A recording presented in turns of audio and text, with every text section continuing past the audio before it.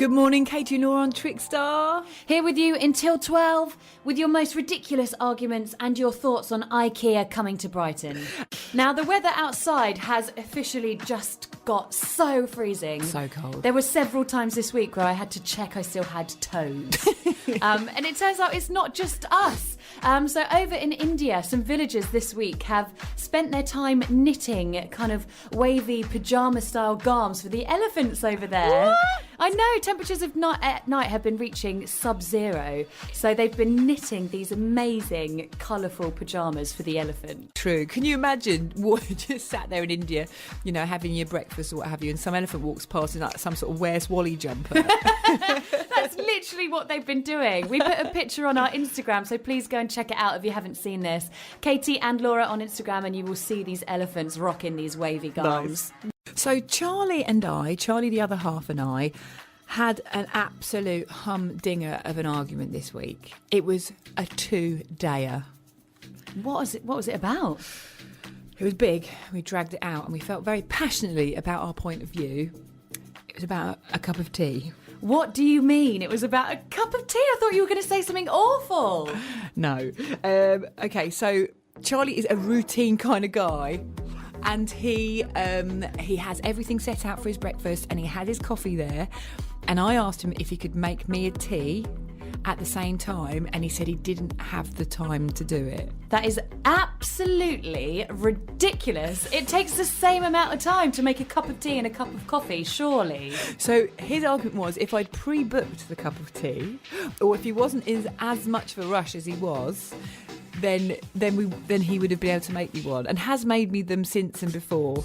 But honestly, we got down to the point of getting the phone and timing how long it took to make a cup of tea. Didn't! Oh my goodness, that has to be one of the most pettiest things I've ever heard. And you just like, we can laugh about it now, because when you retell it to other people, you're like, God damn, that was so stupid. But surely we're not the only people. This can't be the most ridiculous argument that's ever occurred amongst friends or couples or what have you. So we would love you to tell us what is your most ridiculous argument. So Judith has got in touch and said stacking the dishwasher can start World War III. Some people are very particular about how they load the dishwasher. Well, see, I haven't had a dishwasher ever in my adult life, and we got one only a month ago, and I was like, yeah, we're not going to argue over the washing up anymore. And then people with dishwashers said, you wait. You were so wrong. I know. We have argued over that too, so I feel you, Judy. Lara's got in touch. She said getting told the use of a luxury item like kitchen roll to clean the fridge is crazy and should only be used to mop up an egg. Since when is kitchen roll a luxury item? It's totally not. Like, surely like an actual dishcloth is more luxury than kitchen roll. Yeah. I use kitchen roll to wipe all kinds of surfaces. I know, it's good. It's the stuff you want to throw away. And again, going back to Charlie, I told him about this because this is something Lara told us earlier in the week. And he's on the guy's side who said it to Lara. He totally gets it. Ladies, tell your guys to bore off. Bore off. Seriously, guys. I've had a really good response from a guy called Neil. Thank you for getting in touch. This is great. I had a tipsy, in speech marks, heated debate once with a mate. It was over mini cheddars. I said they were more like crackers. He said they were more like crisps because he kept them in the crisp cupboard. Which is good logic. It totally is. And mini cheddars belong in my crisp cupboard too. Still a weak argument, I think, is his opinion. He went, it went on for a good hour and a half. Turns out they're biscuits, according to the stupid packet. Now, did you know that there's a new film being released this year and it's called the Emoji Movie? Yes, that's right. It's all about emojis and them having a big old adventure inside a teenager's smartphone. What on earth are they doing, making a film out of emojis? That is ridiculous. It is completely ridiculous. And this is just even more ridiculous. You'll never guess who's playing the poo. Amazing. We need to cast the poo. Who can we choose? God, I don't know. It's got to be someone stupid, surely. No, it's Patrick Stewart, who is a renowned Shakespearean actor. He is the face of Star Trek. He's in X-Men. X-Men, yeah. He agreed to be the poo emoji. I quite believe it when I heard. I don't know what... He's a Sir, for goodness sake. Sir Patrick Stewart is playing the poo.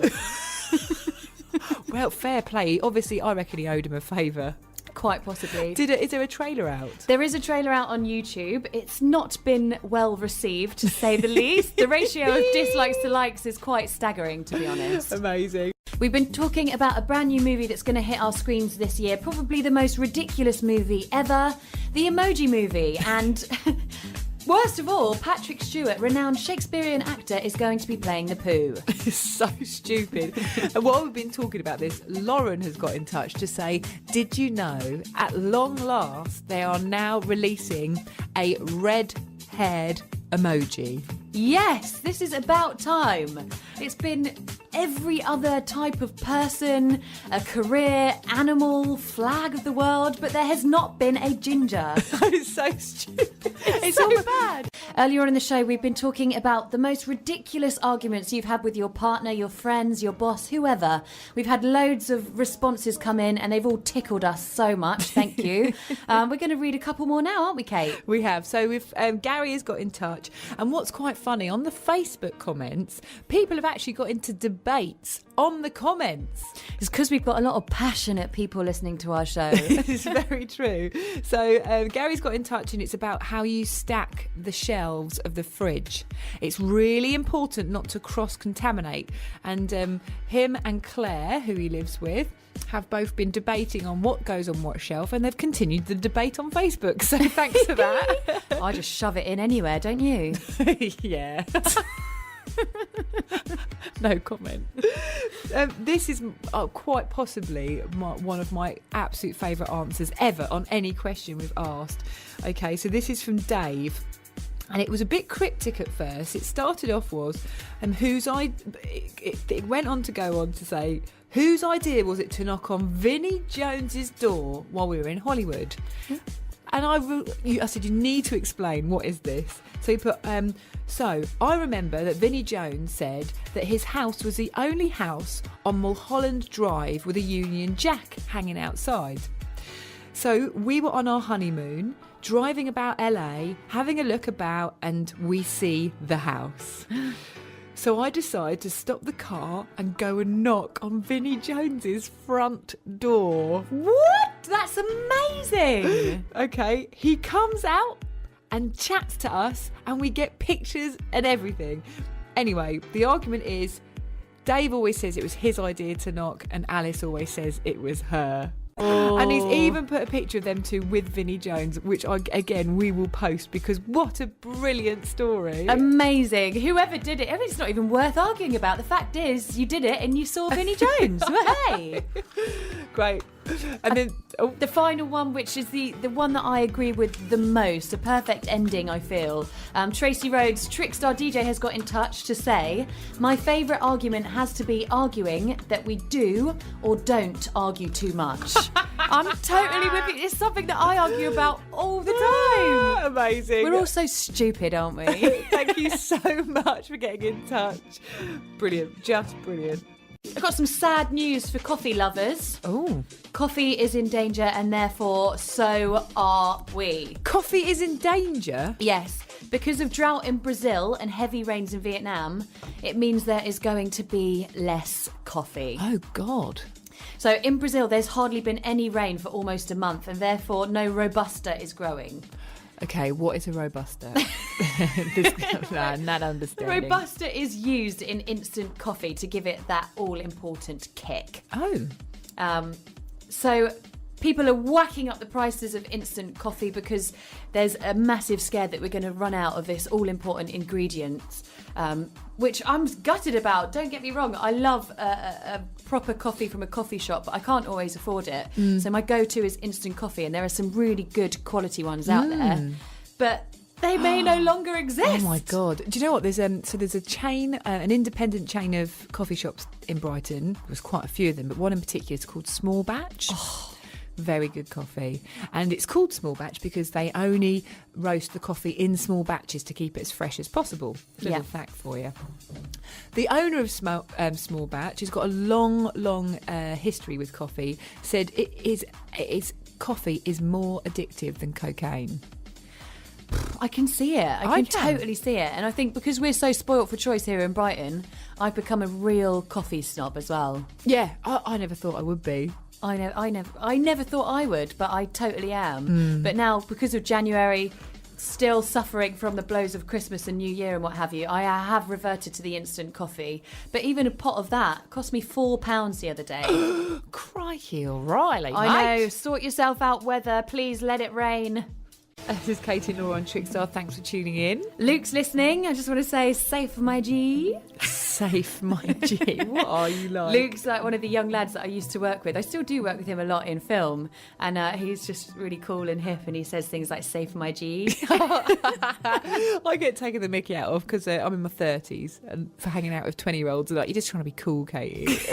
Yeah, don't you try saying that. So Laura, if you're like Laura, you may have got the brand new MacBook. I have. It's glistening right in front of me as we speak. What an investment. And do you like it?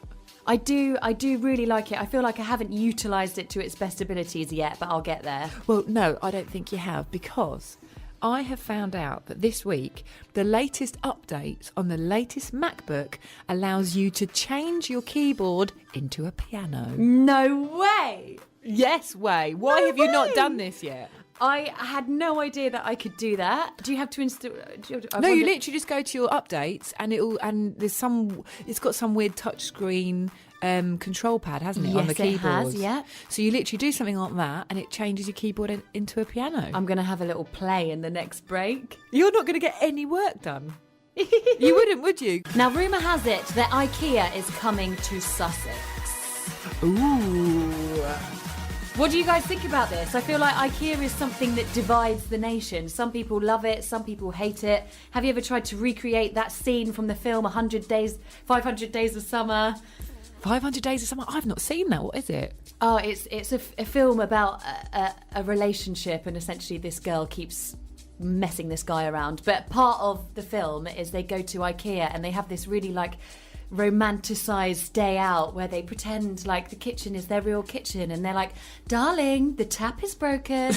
And it's really like romanticized a trip to IKEA. A very false perception, I think, personally. So do you know what the first thing that springs to my mind with the word IKEA? Yep. What is it? Meatballs! Me too! As soon as I heard, I was like, yes! Meatballs! And what on earth do they put in that gravy? It's so good. So good. And then they've got that jam that they make out of their lindenberries or whatever it is. Oh, it's some weird, it's some Scandinavian berry jam that they have. Oh, yes. I'm just excited for the food, to be honest. Yeah. Forget the rest of it. Forget the flat pack furniture. Yeah, flat pack furniture and novelty ice cube trays. Meatballs every day. Ooh. This is Katie and Laura on Trickstar. So we've been talking about IKEA. It is rumoured to be coming to Sussex, and we wanted to ask you what you think about this. Some people have already got in touch. Thank you so much. Lily Brown has said, is this true, in capital letters? I really hope this is true. So that's a very excitable Lily Brown there. Also, Chris Cracknell has got in touch. He said, everybody I've spoken to finds it impossible not to have a row with their partner in IKEA. I was in IKEA in Croydon in December with my brother, and I found I was getting irritable with him. It's impossible not to. Chris is actually part of the Saturday Hot Jam, isn't he? That comes on later on today. Yes, he is. Brilliant. And it's the same. People have also responded to Chris's. So Emmy Brickman, who's actually my brother's fiancée, has got in touch. She said, this is so true. Me and Jack had an argument over a light bulb in IKEA. It was a really, really polite, softly spoken argument because I was so conscious of not being one of those couples who argue in IKEA. But don't you think if you see it, you know, and by them being that quiet, you can tell people are arguing, and they're like smiling and talking through gritted teeth with really crazy eyes. You're like, they're arguing. You're just smug because you're not arguing and they are. I'm really happy IKEA's coming. I am as well. I mean, we all usually have some kind of a reason to get IKEA, or go to IKEA, and having to go all the way over to Croydon or Southampton is a faff. Yeah. It's right on our doorstep. So whether you love it or hate it, it's going to be a good thing. I think so too. Katie and Laura on Trickstar. So, virtual reality. It's becoming quite popular, isn't it? It's massive. I mean, there is, and we've got all this wearable technology and all the rest of it, and so virtual reality is becoming a bigger thing. And even to the point, my brother, he works in the cool part of London, and as part of their office, they're digital guys, they've got a virtual reality station. Ah, cool. Do you not feel very vulnerable though in your mask, stood in the middle of the office, doing your virtual reality thing where everyone's just watching you? It's not that bothers me, but actually some of the VR kind of games that they have, it's you walking on like really high buildings. Ooh. And then like having to jump from one building to another. And you feel really vulnerable because you have no spatial awareness. Oh. It's really bizarre when you put on the Rift and you're in this complete other world. It's nuts. Oh wow, I'd like to have a go. Well, there's something that so we're getting to be able to tap into more and more of our senses while we're enjoying something, but one sense that we can't seem to tap into is smell. Ah, yes. Can you imagine watching a cookery programme and being able to smell the food they're cooking? Oh gosh, I'd just be sat there dribbling. Standard evening for you. Weirdo. Well, the sex industry have tapped into it. Oh my goodness. So elaborate. So obviously it's a big industry. A lot of money gets ploughed into the sex industry, whether it's from toys or from something you can watch and what have you. And they have created a smell mask. What? So it looks like a virtual reality mask, but it's almost got like the bottom half of it looks like a gas mask, and you put in different cartridges and you can smell things like men's testicles, panties. Oh my god. Panties, breath. You can there's actually. Oh my goodness. So think about like your Nespresso coffee maker and all the little capsules. Well, those capsules all contain some sort of bodily smell. Oh my goodness, so like the smell of balls in your face. The smell of some hairy, sweaty sex balls in your face. Oh my goodness, I don't believe it. I don't like it. Oh my goodness, this is really interesting. I mean, I wouldn't particularly like that, but there's a thing saying that in a few years' time, the next generations will never leave their bedrooms because they'll have VR and they won't want to go and travel. And I said, yeah, but they won't get like the heat and the smells of a place. Surely they want that to go and travel and experience the smells and things like that. Now they can have the smell of, I don't know, India while seeing it through their eyes at the same time. This is scary stuff. This is crazy. Kids. If you're listening and you're excited by this concept, stop it. Get out, pack a rucksack and go and see the world. On Trickstar of Katie and Laura. Our final link, thank you so much for listening to the show today. It's been a bizarre show. We've gone from talking about elephants wearing knitted pyjamas to people wearing virtual reality sex-smelling masks.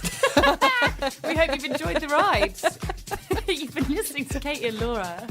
And poor old Chris. Chris is now in from Saturday Hot Jam. He's just getting himself sorted, and then he'll be with you from 12 o'clock. He's terribly confused about what we've just said. Google it. Google it. Laura's going to be away for the next 3 weeks. Ellie, who you may have heard before, is going to be stepping in for her, and then we'll be celebrating Laura's return with Zenny type Can we have a party? Yeah, let's do it. Thank you so much for listening. We're Katie and Laura, and if you want to listen live, we're on Trickstar Radio every Saturday morning from 10 a.m. Just go to the app or the website and join in. See you next week.